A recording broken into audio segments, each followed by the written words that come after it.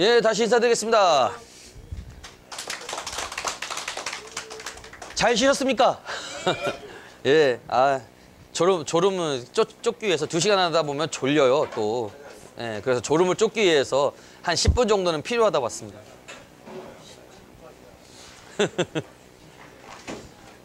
자,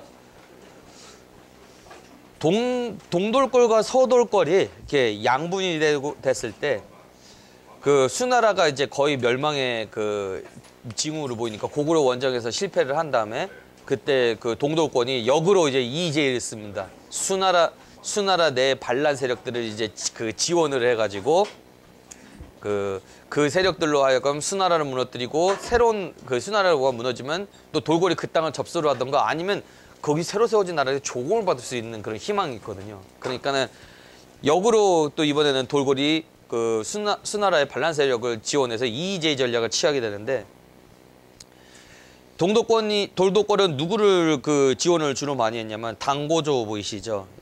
잠깐만 어디 있어? 당고조 이연하고 당태종으로 알려진 이세민 부자에게 그 직접적인 지원을 하면서 이들로 인해서 중원이 혼란스럽도록 이렇게 유도를 하죠.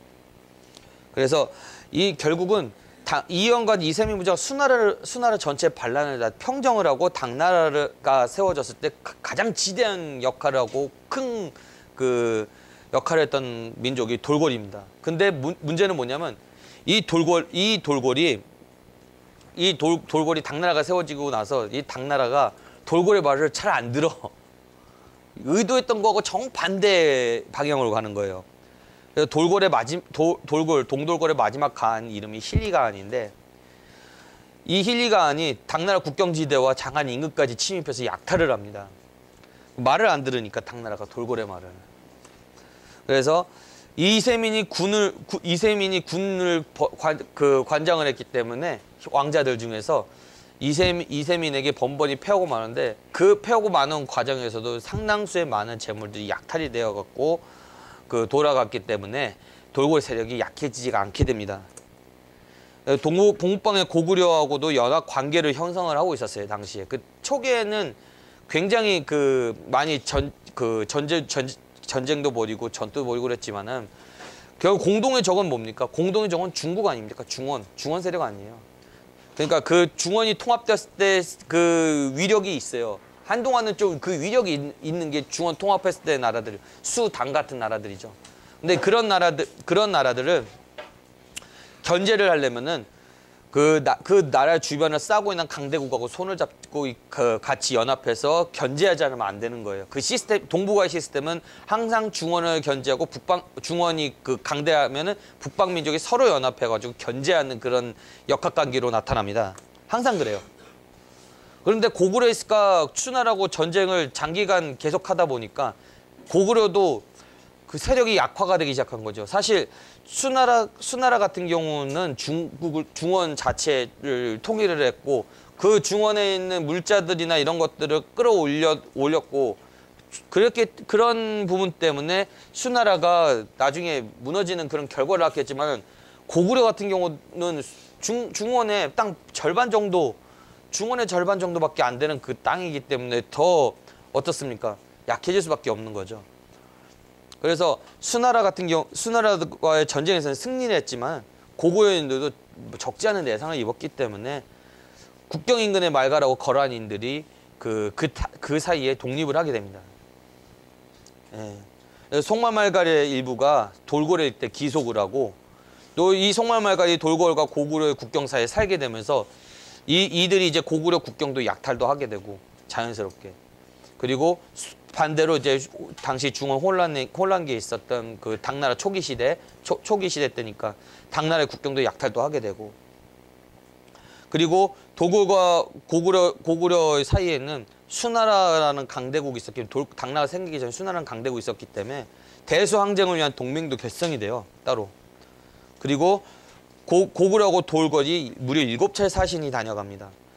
정치적, 외교적, 문화적 교류가 활발했다는 것은 이들 사신이 가면서 사신만 혼자 가는 게 아니잖아요. 외교적 사신만 혼자 가는 게 아니고 그 외에 이제 그 온갖 각종 그 상인들도 따라가고 문화적으로 서로 교류하고자 했던 사람들도 같이 따라가게 돼 있어요. 근데 이런 겁니다. 조선시대 때 그 명나라하고 청나라의 사신이 보내지면요. 성절사라고 하고 또 겨울에는 동지사라고 해갖고 그렇게 가죠. 그때 정부에서 지정해주는 상인들이 같이 함께 가죠. 함께 중국에 가죠.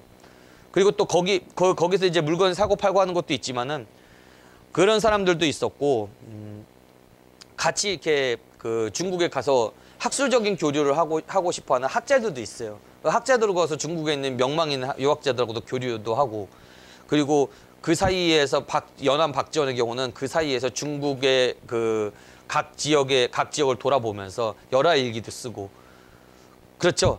그런데 이거는 똑같아요. 고구려가 돌고래로 가거나 돌고래 고구려로 오면은 왕래를 하면 항상 그런 사절들이 함께 낑겨 있어요. 낑겨서 가요.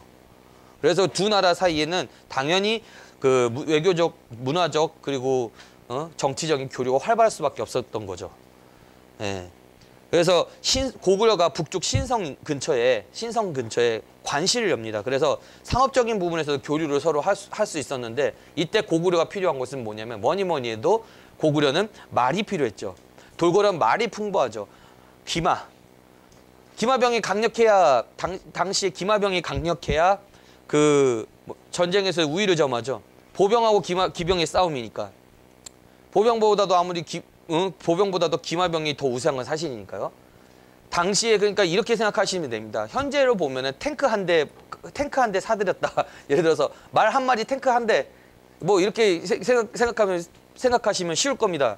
근데 이런 사람들이 있어요. 문제는 어떤 사람들이 있냐면 이 말을 사들여서 기마를 훈련시키고 기마병을 이끄는 그런 것들을 굉장히 쉽게 생각해요.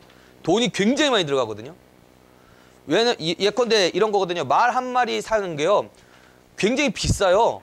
군마 같은 것도 특히 군마 같은 잘 훈련된 것들을 사는 건 굉장히 비싼데 애마 같은 걸 사면요. 훈련시켜야 되잖아요. 훈련하는데 비용 안 들어가요? 훈련하는데 비용 들어가요. 왜? 말도 먹여줘야 되잖아요. 목초 같은 거를. 그럼 목초 같은 건 어디 놔둡니까? 목초 같은 것도 사야 되는 거예요. 그거 돈 주고. 당연한 거 아닙니까? 잘 훈련시키고 잘 먹이고 그러려면 말 도구도 있죠. 말 도구도 이렇게 제작을 해야 되죠. 그거 나온 쇳덩어리 어디서 나옵니까? 다 돈 주고 사는 거예요. 기마병이 뭐 만드는 게 굉장히 쉬운 것처럼 사람들이 그렇게 생각을 하는 경우가 많은데 굉장히 어려운 겁니다. 말 한 필 훈련시키고 병사 한 명 훈련시키는 게 굉장히 어려운 일이에요. 그런 군대가 옛날에는 5만이 넘어가면 굉장한 강대국이었어요. 그리고 10만이 넘어가면 초강대국이고 뭐 기마 20만, 개마 30만 뭐 어쩌저쩌고 한 사람이 있는데 그거 다 뭐냐면 그거는 현실적인 부분과 이런 부분을 딱 연결해 봤었을 때 고대 그런 부분을 연결해 봤었을 때 그거는 말도 안 되는 얘기다 이렇게 보여집니다. 기마 30만이나 20만이 만들려면 국가 재산을 다 완전히 탕진해야 돼요. 그러니까는 10만만 돼도 기마가 10만만 되고 기마 병 자체가 10만만 되면 초강대국이에요. 당시에. 그 정도로 말 키우기가 어렵다. 그런데 고구려의 영유태왕이 친당 정책을 펼치면서 돌고를 멀리하기 시작합니다. 왜냐하면 고구려는 수나라고 오랜 전쟁을 통해서 세력이 약화가 됐거든요. 세력이 약화가 됐기 때문에 이 세력을 회복할 때까지 시간이 필요했죠. 그러면 시간이 필요하는데 가장 큰 적은 뭡니까? 통일중원국가 아니에요. 통일중원국가인 당나라. 이 당나라한테 친해져야죠. 당나라하고 적대하면 또 전쟁을 벌이면은 고구려 입장에서 감당할 재간이 없거든요. 사실. 그러면은 고구려의 영유태왕 입장에서는 그 사이에 세력을 쌓는다 그러는데 이게 문제는 그냥 세력을 쌓는다와 굴종 외교하고는 전혀 다르다는 겁니다. 우리가 그냥 힘을 기르는 것과 굴종해가지고 중국의 요구 다 들어주면 힘 기른다는 건 어불성설이거든요. 사실. 말이 안 되는 거죠. 우리가 직접 힘을 기르는 것은 우리 스스로가 논밭도 개간을 하고 기마병도 아까 말한 것처럼 기마병도 그렇게 만들고 그렇게 해야지 강대국이 될 수 있는데 이거는 당나라한테 완전히 친당 정책을 한다면서 표면적으로는 굉장한 굴종 정책을 많이 한 거죠. 뭐 예를 들어서 뭐 경관을 그 수나라 병사들을 그 묻어놨던 경관을 쓰러뜨린다던가 뭐 도교를 받아들인다던가 뭐 이런 것들. 예를 들어서 도교를 받아들인 것은 어떠한 형태의 모양을 취하고 받아들였느냐. 우리 거를 다 없애고 우리 거를 거의 그 없애고 도교를 받아들여서 완전히 중국의 식민지가 되느냐. 아니면은 우리 것을 완전히 자주성을 갖춘 다음에 도구를 받아들이는 것은 크게 문제가 없어요. 근데 그 당시에는 그렇지 않았다는 거죠. 당나라가 628년에서 630년 사이에 그 돌고라고 전쟁을 벌입니다. 그래서 힐간을 사로잡고 동돌고를 멸망시키니까 축하하는 사실을 보내요. 돌고래 입장에서는 굉장히 배신감을 느끼죠. 고구려에 대해서. 이런 그 돌고래가 고구려, 이런 돌고래가 고구려, 그러니까 돌고래가 고구려의 그 친밀한 관계를 기록한 기록이 있는데, 문제는 이 기록이 수나라 때 기록이에요. 수나라 그 계민간 시기인데, 이게 그 구당서 그 돌고래를 나타낼 때 돌고래와 그 직접적으로 전투를 벌였던 그 당나라 그 당시에 그 수 당시대 장수였던 위운기의 기록에서 나타나는 겁니다. 거란이 영주 지역을 쳐들어와서 노략을 한다. 그러니까는 영주 지역이라는 것은 오늘날의 어디야? 서람목류나라고 불리는 서요화 지역 있죠. 그 지역을 그 지역을 영주 지역이라고 했고, 그 지역에 노략질을 하니까 위운객이 명을 내서 돌고래 병사를 이끌고서 거란부족을 토벌하도록 보냈다라고 얘기합니다. 그래서 돌고래 계민강이 이 전쟁에서 2만 명을 동원을 했고, 운기가 거란의 경기에 들어갈 때 돌고래 병사 2만을 상단으로 위장을 시켜요. 그래서 유성에서 고구려와 교역을 간다고 거란에게 속이고, 그리고 그 가운데 수나라 상식이 있다는 걸 말하지 못하게 하고 감히 말하는 자는 죽여버렸다. 그래서 거란이 이때 방해를 하지 않아서 멸망했다 이렇게 나와요. 그런데 문제는 이 고구려가 이 거란이나 뭐 이런 지역이 노략질이 심해지니까 이 낑겨 있는 거란이 귀찮잖아요. 그래서 이 고구려가 당나라 그 군사들이 있는 거를 이제 이렇게 쳐들어오니까 고구려가 돌고라고 또 연합을 해요, 나중에. 그래서 고구려가 돌고라랑 연합해갖고 이 수나라 당나라의 병사들까지 이용해서 공동의 적인 거란을 토벌을 해버립니다. 근데 거란이 이때 장기간 그 영주 지역을 침탈하지 못하고 거란이 완전히 복속이 되는 그런 상태가 되죠. 또 고구려와 돌고래 치밀한 관계의 기록은 또 여기도 나와 있어요. 수양제가 개민 강한에 막살을 들렸을 때 고구려 사신이 왔었는데, 이때 고구려 사신이 온 것을 목격하고 화를 냈다. 왜? 수양제는 돌고래를 잠재우고 고구려를 토벌해야 되는데, 고구려 사신이 돌고래 진지에 있으면은 당연히 어떻게 합니까? 화를 내죠. 그런 기록도 있고, 그런 기록들 때문에 고구려와 돌고래 외교상으로 상당히 가까운 사이고 교육도 활발했다고 합니다. 이게 당태종 이세민인데, 쿠데타를 일으켜서 황제가 된 인물이에요. 자기 형제도 죽이고, 자기 형제의 아내를 취해서 자기 왕후로 만들어 놓고, 그런 인물을 우리는 당나라 정관에 치라해가지고 태종이 굉장히 중국에서 최고의 명분으로 이렇게 정관정연하는 책까지 내가면서 그렇게 가르치고 있죠. 참 웃기는 얘기입니다. 그래서 당태종이 북방의 돌고라고 고구려의 강경한 외교책을 구사를 합니다. 그래서 북방을 견제하면서 서로를 정벌할 계획을 세워요. 당태종의 가장 문제에 직면한 국가가 동돌고리 세력인데, 이 돌고리 당태종에게 크게 치욕을 준 적이 있기 때문에 그렇습니다. 또 필리간의 잦은 침공도 문제가 됐고, 그래서 어떤 치욕이냐면은 이 위수팽교 맹약이라고 해갖고, 갑자기 그 당태종이 즉위한 지 얼마 되지도 않았는데 돌고군이 침략을 해 당나라를 쳐들어와요. 장안까지 근처까지 쳐들어와요. 위수가 장안 근처에 있기 때문에 위수까지 밀고 들어오니까 당태종이 특별한 전략을 구사를 하게 되죠. 이때 약간의 춘추비법 이상한 거 하나 집어들기 시작하는데, 당태종이 혼자서 말을 이렇게 끌고 계민가한에게 나아가요. 나아가서 계민가한한테 그 우레와 같은 소리를 지르고 너는 정말 무도하다. 이 땅에 함부로 침입을 하더니 너는 살아남지 못할 것이다. 이랬더니만 힐리간이 겁먹어갖고 돌아갔답니다.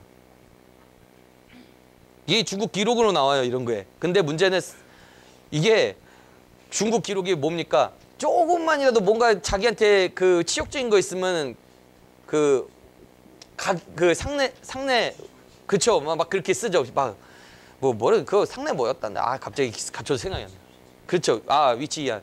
그렇죠. 유한 위치. 그러니까는 자기의 치욕적인 걸 감추고 이렇게 쓴 거예요. 태종이 와가 혼자 말 타고 와가지고 당태종이 와가지고 큰 소리로 니네 그 뭐야 우리 땅 침략했으니까 니네는 정원이 살아남지 못할 것이다. 그래서 돌고 가만히 덜덜덜 떨더니만 이게 돌아가요. 돌아갔다는 그런 기록 믿겨지십니까? 말이 안 되는 거거든요. 그것도 10만 대군인데. 그러니까는 그거를 이제 그 자신이 겪었던 치욕에 대해서 이거를 그 감추고 이렇게 쓴 기록들인데 원래는 이렇습니다. 당태종이 일일간에게 굴복을 해서 맹약을 맺어요. 그래서 위수 팽교 맹약이라는 말이 그래서 나온 거예요. 위수에 설치됐던 보루와 각장을 철폐를 합니다. 그 이유가 있어요. 거기를 넘어가면은 또 상당한 거리를 달리면은 또 돌골 땅이거든요. 그러니까 돌골을 침략하게 되는 거거든. 근데 그걸 없애버리면 뭐냐? 그걸 없애버리면 돌고라고는 더 이상 수비하지 않겠다는 거거든요. 그때 그 맹약의 치욕 때문에 당태종이 미친 듯이 복수전을 준비합니다. 강한 기병을 양성하기 위해서 서역에서 말을 사들여요. 그리고 그 동독골과 서독골 당시 갈라져 있었기 때문에 서돌골의 세력하고 손을 잡습니다. 그래서 그들하고 무기를 교육을 해요. 왜냐하면 서돌골을 못마땅하게 여기기 때문에 중국 당나라하고 이렇게 손을 잡아갖고 동독골을 치면은 그러면 동독골이 망하면 그 땅의 반은 당나라하고 반은 자기들이 가질 수 있다 이렇게 생각을 했기 때문이에요. 그러니까 힐리간의 동생 그것도 형제간도 그 이간질 시켜요. 힐리간의 동생에도 돌리간한테도 형제 매형을 맺습니다. 당태종이 형이고 돌리간이 동생이야. 이렇게. 그러면 둘이 형제 매형을 맺으면 한쪽 그 뭐야 친형인 가한은 어떻게 되는 거죠? 동독골을 무너뜨리려면 동독골이 구성하고 있는 그 철력 계열의 그 반란이 필요를 한 거죠, 사실은. 그래서 이를 철저하게 수행한 사람이 당태종이 24장으로 불렸던 그 유명한 장군이기도 하면서도 전략가인 게피라력입니다. 게피라력이 원래 돌골 출신이거든요. 우선 돌골을 구성하고 있던 그 철륵계 민족이 있어요. 그러니까 투르크계라고 철륵계라는 것은 투르크 음역화에서 철륵이라고 그런 거거든요. 또 그래서 철륵계 민족인 그 설현타가 있습니다. 이 설현타가 반기를 드니까 다른 이제 그 설현타하고 친해진 5개 부족이 동독골에 반발해서 반란을 일으키면서 이렇게 분열이 일어나요. 쪼개지는 거죠. 이때 그 돌리간, 그러니까 힐간의 동생이었던 돌리간이 5개의 부족을 군사를 지휘를 하게 되고 당태종이 여기에 지원해서 군을 파병을 하면서 동독권 토벌 작전에 나섭니다. 이게 629년이에요, 이게요. 이렇게 해서 당나라가 돌골 원정에 나서게 돼요.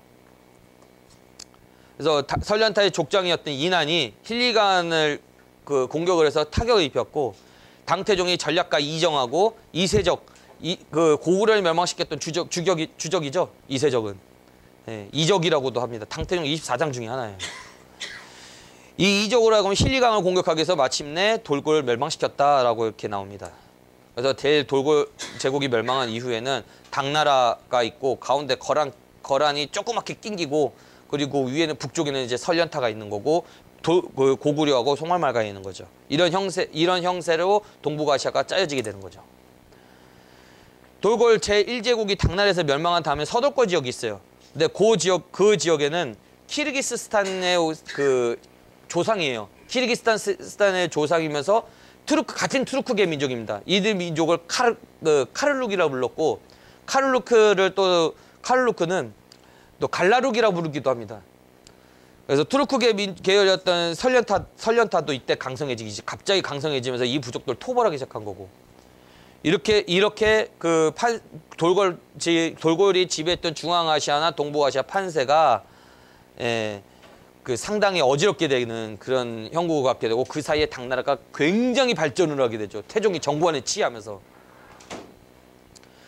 이게 그 당태종의 정권에 치는 돌골의 분열과 돌골의 멸망과 분열 서돌골의 분열과 서로 싸우는 이런 상황, 그리고 고구려가 그 수나라와의 전쟁에서 약해진 상황을 이용해서 강대국이 된 겁니다. 당나라가. 당나라가 강대국이 된 이유는 거기에 있어요.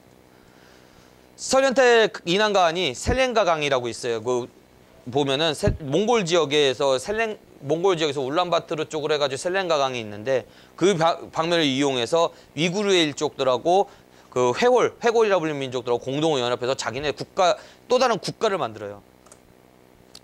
그리고 당나라와 함께 동독권의 잔여 세력을 섬멸한 다음에 당나라로부터 완전히 독립을 하게 됩니다. 그러면서 더 커지게 돼요, 세력이. 투르크의 설련타는 어떻게 나오냐.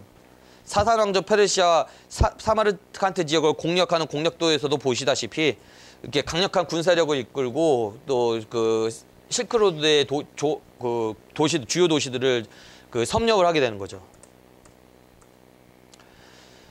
그러면서 설련타가 이 중앙아시아 지역을 지배하게 되는데 방금 보이는 것이 그 위구르에서 위구르에서 타지키스탄 쪽으로 넘어가는 지역에 이 고성 하나가 있습니다. 이 고성이 그 지금은 흔적이 요 하나밖에 안 남았어요.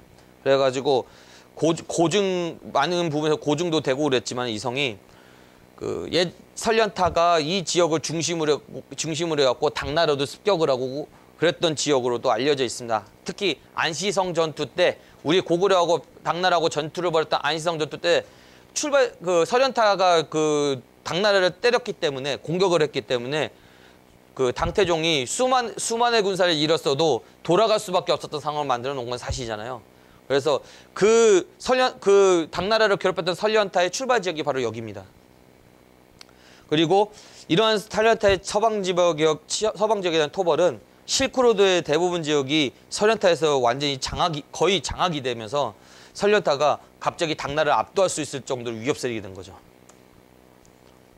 그래서 설련타의 군 편제와 전략은 기마유목 민족의 형태를 갖추고 있는데 이전에는 기마민족은 어떤 그 군 형태였냐면 등자를 끼우고 말에 이렇게 활을 쏘고 칼을 이렇게 그 곡선형의 그 칼을 휘두르면서 그 싸웠던 그런 전략이 있었는데 그런 군도 그렇게 편제도 그렇게 했고 그런데 이번에는 이번에는 조금 다르게 나타났던 게 보병전을 감행을 했다고 합니다. 뭐냐면 창을 들고 다니는 보병들을 이제 양성을 하기 시작을 한 거예요. 기존의 기병 그대로 두고 또 기병이 또 상황에 따라서 말에서 또 내려서 보병전도 보이고 후퇴하면 기마를 타고 이제 빠르게 도망갔다가 또 빠르게 역습을 하고 뭐 이런 전법을 바뀌게 되는 거죠. 그래서 설련타가 1인당 말 4피를 가지게 합니다. 전투가 장기화됐을 때 일정한 간격으로 이제 말을 바꿔 타는 거예요. 바꿔 타면서 전투를 벌이게 되는 거죠. 그래서 이 군 편제가 그 돌골 제1제국대하고는 완전히 다릅니다. 돌골 제1제국대는 그 기타 선비족이나 흉노족이 싸웠던 것처럼 또 거의 비슷했거든요. 말 타고 활 쏘고 곡선형 검으로 막 휘둘러서 목 잘라 죽이고 뭐 그런 거. 근데 문제는 이때부터는 이제 창을 소지하게 되면서 얘기가 달라지게 된 거죠. 그래서 돌골 제2제국대 이 돌고군의 기본적인 군사 교본이 됩니다. 돌골 제2제국도 이제 창을 쓰기 시작한 거죠. 그때부터 창류의 그 유물이 굉장히 많이 나와요. 그 중앙아시아에. 이거는 제가 직접 찍은 겁니다. 자, 설련타의 다미가는 고구려를 구하게 됩니다. 근데 이게 그 우즈베키스탄 사마르칸트 아프라시아 그 박물관, 궁전박물관에 이 벽화가 있는데 아프라시아 벽화를 거의 보면은 거의 손상이 됐죠. 손상이 돼가지고 아쉽습니다. 이거 보존 방법도 이제 점점 이게 껍데기 다 벗겨지는 것 같고 그래갖고 보존 방법도 잘 안 되고 잘 모르고 그래서 이게 남아있을 때 보지 못하면 이제 거의 없어질 위기에 놓이게 되고 막 현재 가서 보니까 그렇게 되더라고요.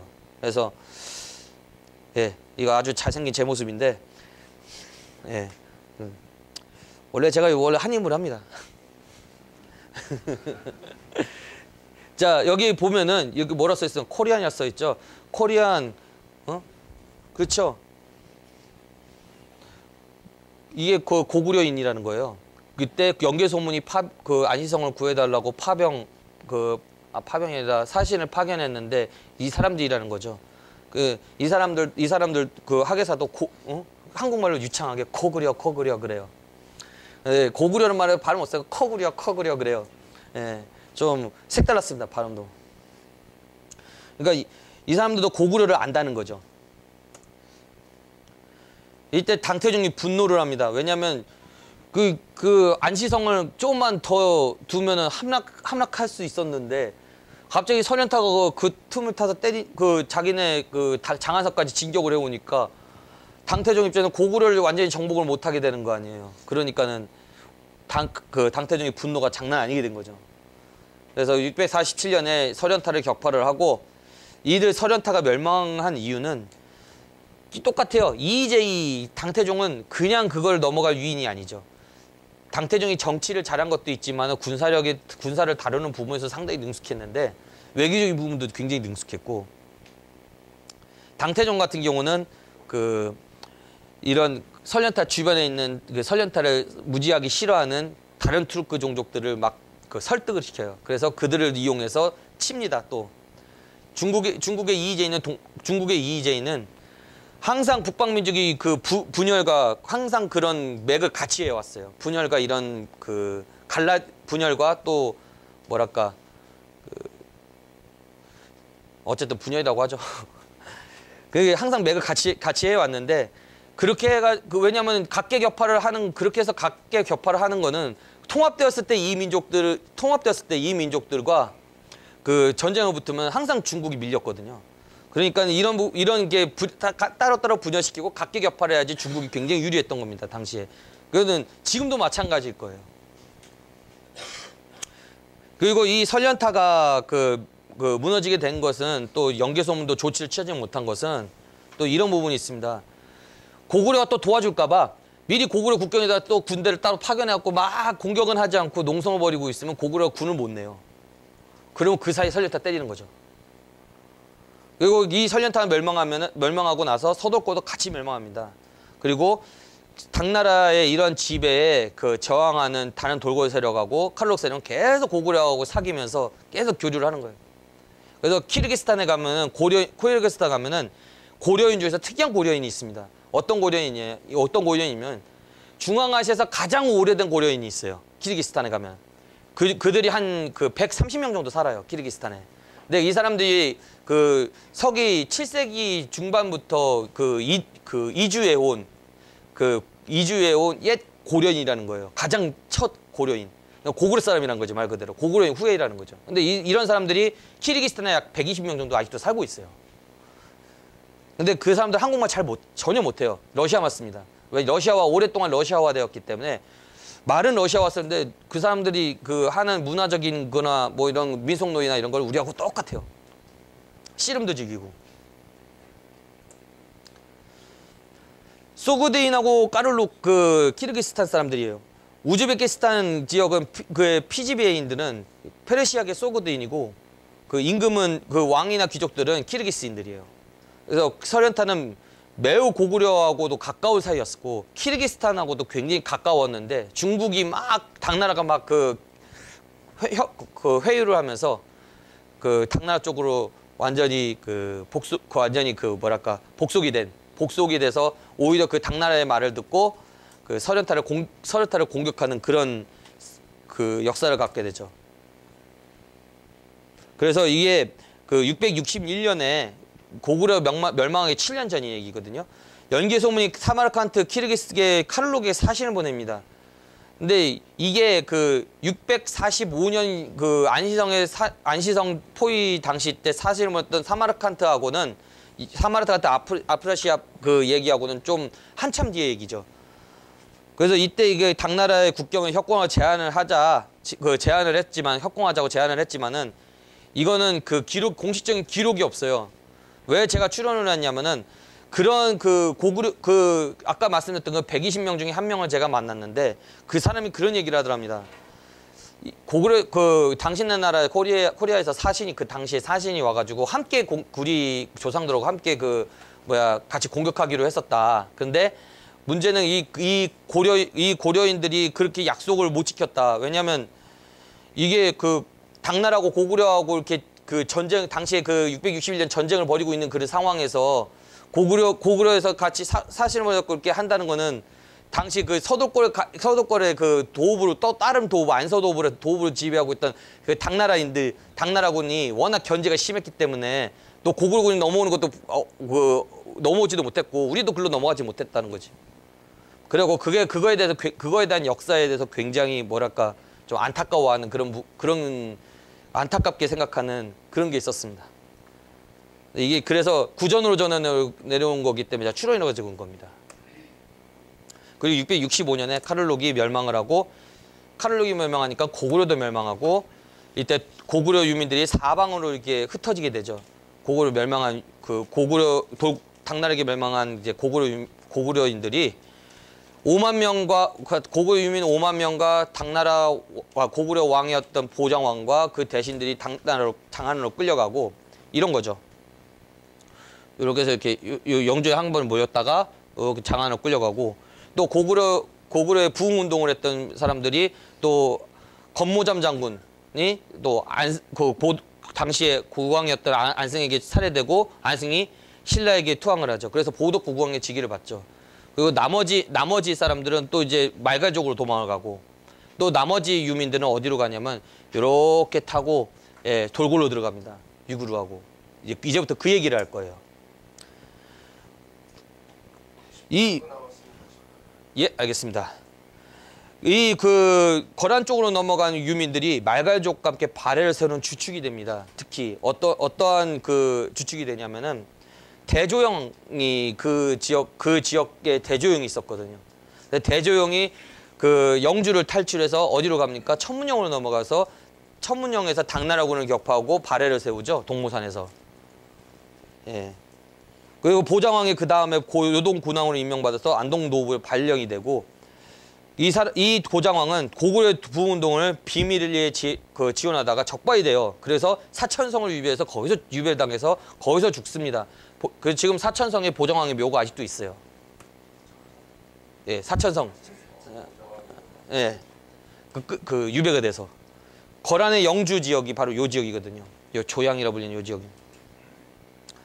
여기서 거란족 출신인 영주자세 이진충이 반란을 일으키고 영주를 장악을 합니다. 그래서 여기에서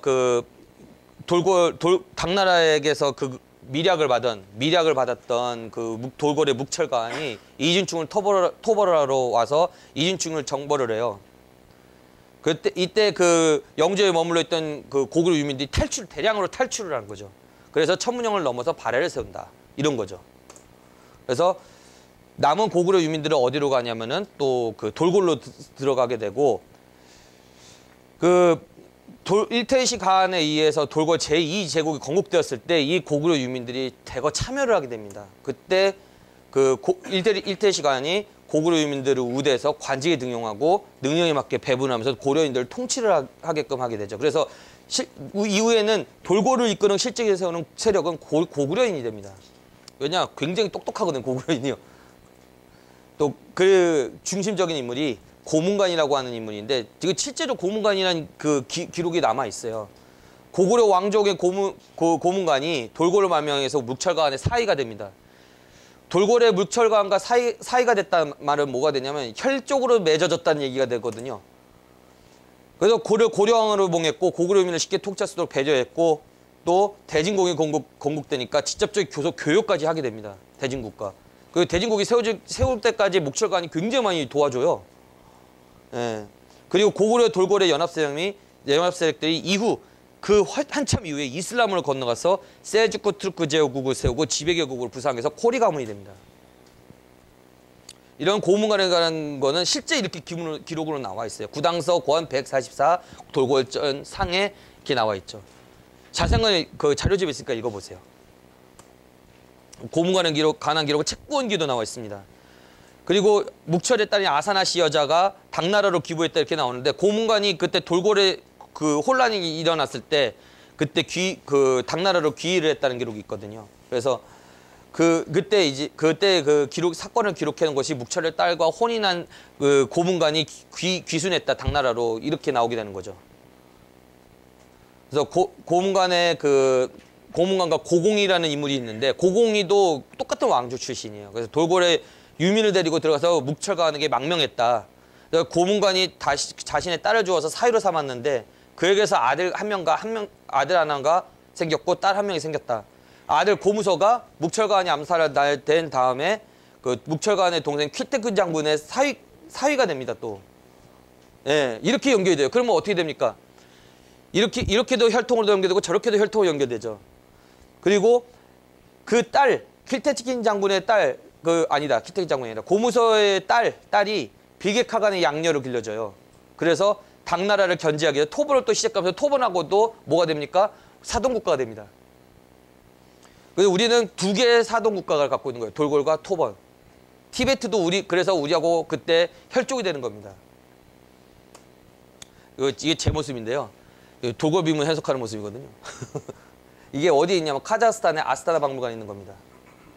그래서 이 비게카간 비문에 의하면은 그 일제 시간에 의해서 당나라에서 독립한 돌궐은 묵철강한 시대 때가 전성기예요. 그래서 무쿠려와 형제 맹약을 맺었다 나오죠. 무쿠려 뭡니까? 아까 묵시르 얘기 나왔죠.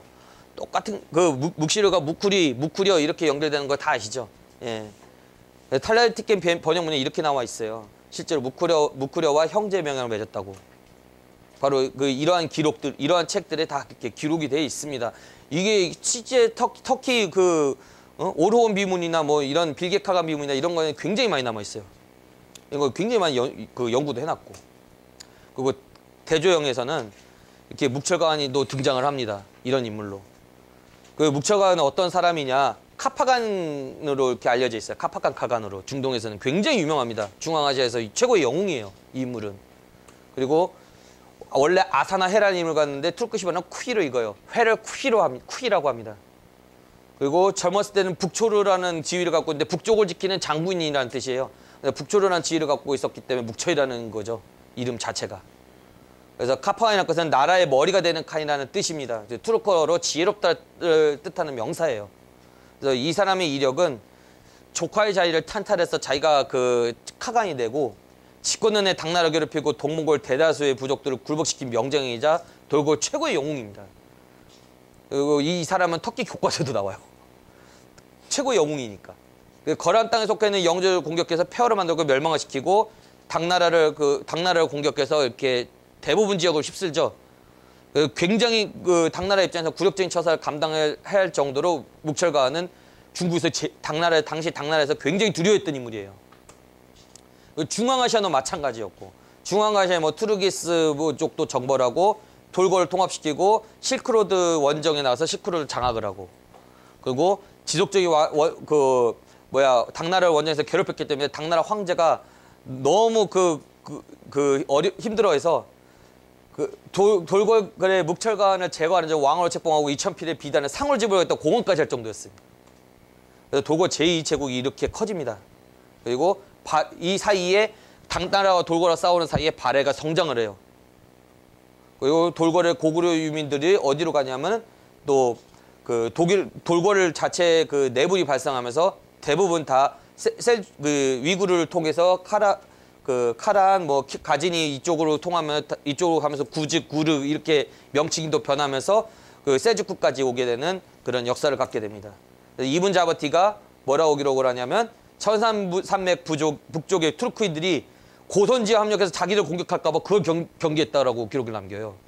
이거들이 뭐냐면 탈라스 전투에 나서기 위해서 역사가인 이븐 자바티가 함께 동행을 하게 됐는데 이때 동족이 고구려 유민들이 자기네들을 숨어서 공격할까 봐 그게 무서웠다고 하는 거죠. 그래서 그걸 경계했다고. 실제로 이렇게 기록에 나와 있어요. 이것처럼 이렇게. 그래서 오구즈와 오우즈 이 얘기가 나오는데 예. 아, 2페이지 남았네요. 2페이지 빨리 하죠. 뭐. 이때 가장 강력한 세력은 구르인이에요. 예. 그래서 오구주 세력 중에 하나라는 뜻의 오구르인들은 오구주인들 중에서 가장 강력했습니다. 그래서 이반 페트르시가 이걸 연구를 많이 했는데 이반 페트르시는 오구주가 원래 오우지 속해 있었는데 원래는 구주라고 불렀다. 구주는 구르의 다른 음사다라고 이렇게 기록을 했고 사라구르, 우로그, 온오구르 이렇게 했는데 온오구르는 터키어로 숫자로 5는 숫자 10입니다. 그래서 10을 얘기하면 5을 얘기하거든요. 그래서 온오구르가 오구르라는 오구르는 오르족 중에서 가장 동쪽에 살고 있었고 구르는 또 다른 말로 구리라고도 했거든요. 그래서 구리족을 형상하는 말이고 터키 학계에서 이 말이 이게 이제 구르가 구리족을 형상하는 말이라고 이완 페테시가 발표를 하게 됩니다. 터키 학계에서. 그래서 구리는 고구려인의 뜻이라는 거죠. 라시다티 집사의 부족지에서는 오구주는 오구려에서 나왔고 구르는 구주의 아랍어시 음사라고. 그래서 구르와 구리는 같은 말로 원나라에서 하라몽골 발음은 구리라고 했다. 원나라에서 하라몽골어로. 그리고 이븐 할둔도 구주와 구르는 같은 말이고 오눌루스 원나라 몽골이죠. 몽골 제국에서는 구리라고 했고 오눌루스와 몽골은 구리족 출신이다. 이거 대단한 기록 아닙니까? 중근세 시대 이슬람 사가들도 한결같이 구리는 같은 말이라고. 오르가 활동했던 5세기의 구리족을 표현해 동쪽에 나는 고구려밖에 없어요, 진짜로. 이거 말고 또 다른 부족 있으면 저한테 반박하셔도 됩니다. 없어요. 근데 5세기에 강력했던 철력계 민족이 유연족이 지배하고 있던 시기에 유연족 강의 서시가 욱구르십니다. 아까 보여드렸죠. 그래서 그를 바탕으로 해서 우부쿠리, 묵구려, 모골, 몽골 이런 비교문이 만들어진 것으로 이렇게 파악이 되고 있습니다.